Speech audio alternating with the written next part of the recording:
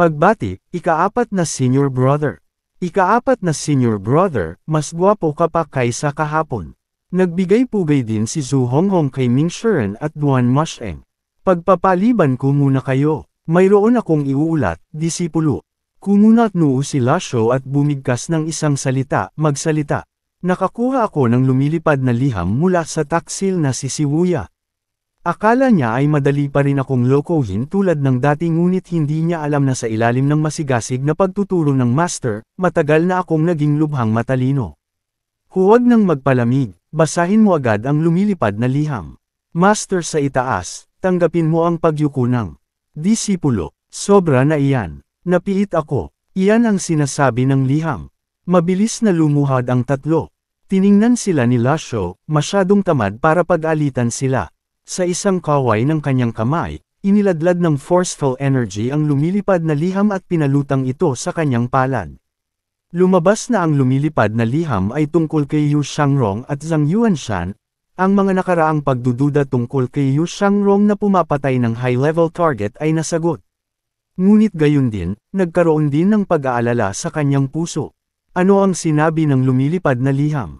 Casual na iwinasiwas ni Lasho ang kanyang kamay at ang lumilipad na liham ay inihagis. Nahuli ni Ming Shiren ang lumilipad na liham at binasa rin ito. Nakipaglaban si ikalawang senior brother kay Zhang Yuanshan sa Green Jade Altar. Isinakripisyo si Zhang Yuanshan ng Great Sorcerer Bama. Malamang na nasa malaking panganib si ikalawang senior brother. Gusto ni Bama na puntiryahin ang Evil Sky Pavilion upang ipaghiganti si Molly. Master, hindi mapagkakatiwalaan ang lumilipad na liham ng taksil na si Siwuya. Tama si ika-4 na senior brother. Hindi mapagkakatiwalaan ang mga salita ng isang taksil. Ang sinabi ni Siwuya ay dapat na totoo. Ang paghuhusga ay nagmula sa 2,000 merit points. Lalo na sa naunang lumilipad na liham ni Jiang Aijian, mas kinumpirma nito ang panlabas na chismis.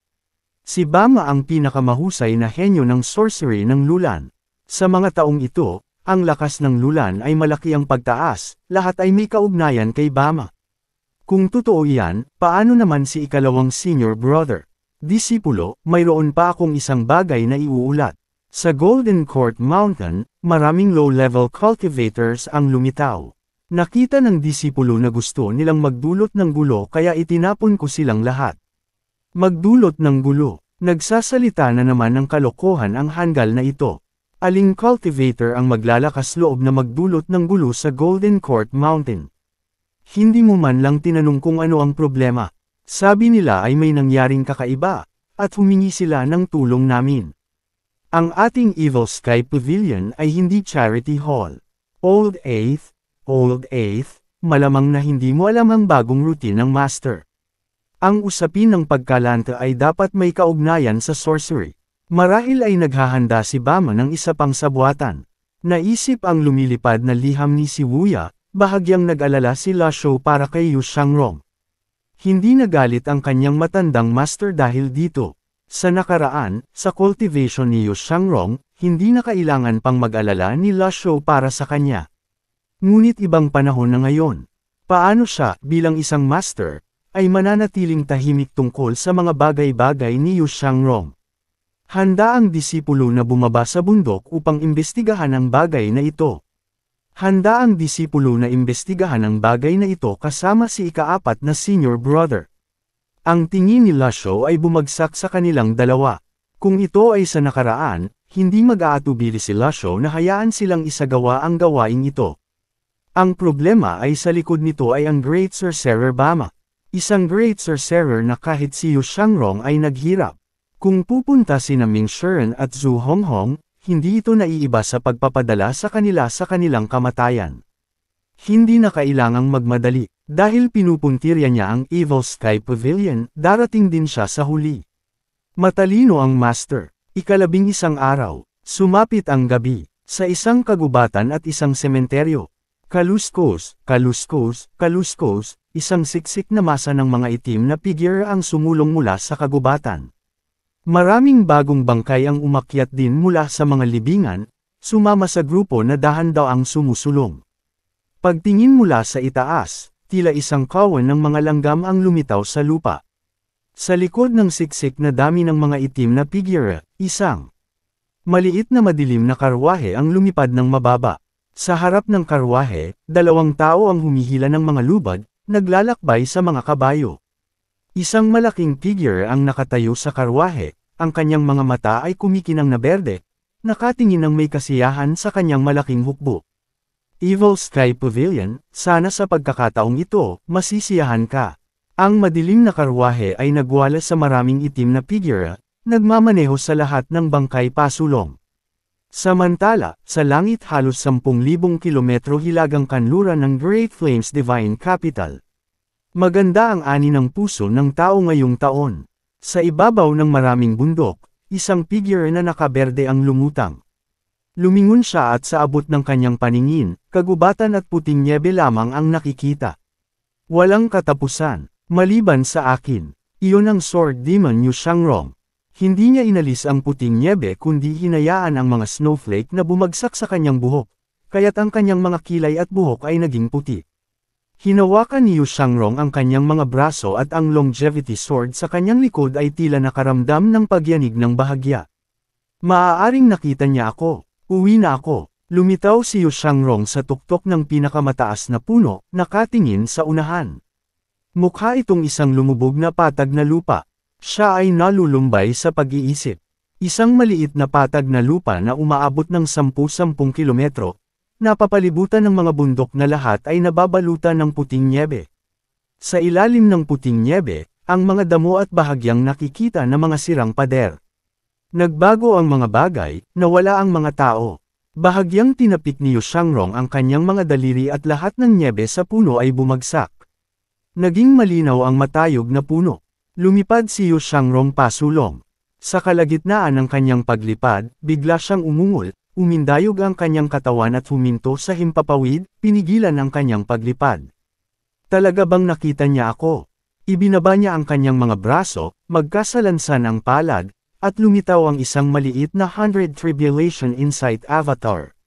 Hawak niya ang maliit na avatar na parang gininto ang tao sa isang palad.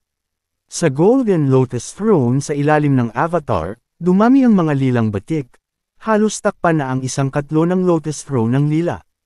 Sa huli, medyo nagpabiye ako. Ang tanging pagkakataon para sa Ghost Sorcery na makapasok sa Golden Lotus ay sa huling marahas na taga ng espada. Sa kalahating buwan, nahawahan nito ang isang katlo. Ibig sabihin, mayroon pa siyang isang buwan bago ganap na sakupin ng Ghost Sorcery ang Golden Lotus Throne. Sa panahong iyon, hindi na ito iligtas. Gumawa siya ng hand gesture at nawala ang 100 Tribulation Insight Avatar. Nagpatuloy siya sa paglipad pasulong. Paglipad sa gitna ng patag na lupa na iyon, kalmado ang ekspresyon ni Yu Shangrong. Iwinasiwas niya ang kanyang mga braso pababa at ang buong katawan niya ay bumulusok sa langit. Muling lumitaw ang avatar, isang 10 metrong taas na avatar na naglalabas ng matinding init. Kahit na isang katlo ng Lotus Throne ay lila, hindi nito napigilan ang kanyang pagputok ng nakakatakot na enerhiya. Habang sumusulpot ang enerhiyang ito, mabilis na natunaw ang nakapaligid na puting nyebe. Pagkaraan ng ilang sandali, ang puting nyebe sa loob ng ilang libong metro ay naalis ni Yu Shangrong gamit ang kanyang primal energy.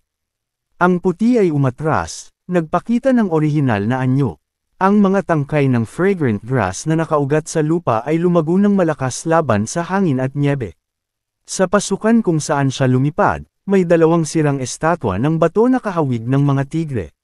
Sa kasamaang palad, nasira sila, kalahati lamang ang natira at nakabaon pa rin sa lupa. Tinakpan ng mga puno at palumpong ang orihinal na lupa.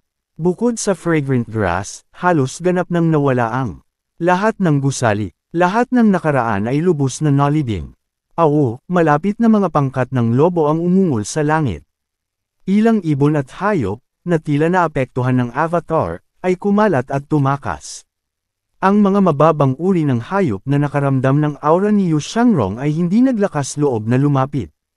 Nagbago na ang panahon, iba na ang mga bagay. Awo, ang mga ligaw na lobo ay hindi pala takot. Kawili-wili. Ngumiti si Yu Shangrong at sumugod pababa patungo sa kawan ng lobo. Kahit ang pinakapangkaraniwan na ligaw na lobo sa cultivation world ay hindi maihahambing sa mga ligaw na hayop malapit sa mga syudad ng tao. Ang mga ligaw na lobo na ito ay naglalabas ng mahinang primal energy, sa bilis ng pagtakbo, nalampasan nila ang ordinaryong ligaw na lobo. Saan nila ako gustong dalhin? Ang kawan ng lobo ay huminto sa ilalim ng tuktok ng bundok, isang halos tuwid na bangin, isang 70 degree na vertical na mukha ng bato. Dito mo ako dinala. Sige, ipagpapalagay kung naintindihan mo ang aking mga salita.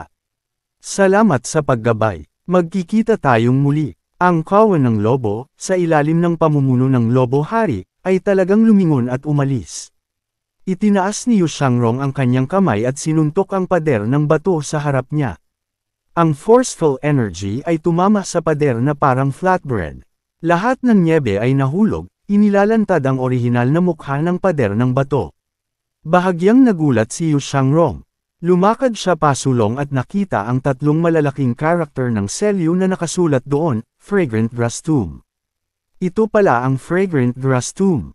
Kahit na matibay ang pag-iisip ni Yu Shangrong, naramdaman pa rin niya ang panginginig nang makita ang tatlong salitang ito. Itinaas ni Yu Shangrong ang kanyang kanang kamay at isang patak ng dugo ang lumipad mula sa dulo ng kanyang daliri patungo sa pader ng bato. Nagliwanag ang mga nakaukit na disenyo sa pader ng bato. Ito nga ay isang libingan na iniwan ng mga tao ng Gentleman Country. Bumukas ang pintuan ng bato. Hindi nag-atubili si Yu Shangrong at pumasok. Pagpasok pa lang niya sa Fragrant Grass Tomb, mabilis na sumara ang pintuan ng bato. Agad na naging labis na madilim ang ilaw. Sa kabila nito, tumingin sa unahan si Yu Shangrong. Ang tanawin sa harap niya ay medyo nakakagulat. Isang lupa na puno ng mga puting buto na nakahiga ng maayos sa sahig. Mayroong fragrant grass na ipinanganak sa umaga at namatay sa gabi. Mayroong paraiso sa labas ng mundo kung saan mas gugustuhin mong mamatay kaysa umalis. Lumakad si Yu Shangrong papasok ng paunti-unti, hanggang sa pinakaloob. Wala siyang nakitang puting buto doon. Sa gitna ay isang bilog na mataas na platform. Pagtungin sa itaas, walang laman. Ngunit ang mga pader ng bato ay nakaukit ng mga karakter ng selyo. Ang maikli ang buhay ng mga tao ng Gentleman Country ay hindi kailanman sumuko sa kanilang paghahanap ng mahabang buhay. Ngunit ang realidad ay madalas na malupit. Ang ordinaryong tao ng Gentleman Country na hindi nakapasok sa cultivation ay nabubuhay ng pinakamataas ay 30 hanggang 40 taon. Pagkatapos pumasok sa cultivation, bahagya lang tumataas ang kanilang lifespan. Kahit ang isang 8-leaf expert tulad ni Yu Shangrong, sa tulong ng longevity sword, ay may pinakamataas na 500 taon ng buhay. Ang cultivation world ay isang mundo kung saan ang malakas ang nanghuhuli sa mahina. Kung walang sapat na oras para mag-cultivate, paano magiging makapangyarihan ang isang tao? Sa mahabang panahon, ito ay isang masamang siklo, nagiging mas mahina ang henerasyon sa bawat henerasyon. Ang pagbagsak ng Gentleman Country ay isang nakatakdang pangyayari. Ako ay isa sa bagong henerasyon, isa na tumatangging magpasakop, tumatangging tanggapin ang kapalaran.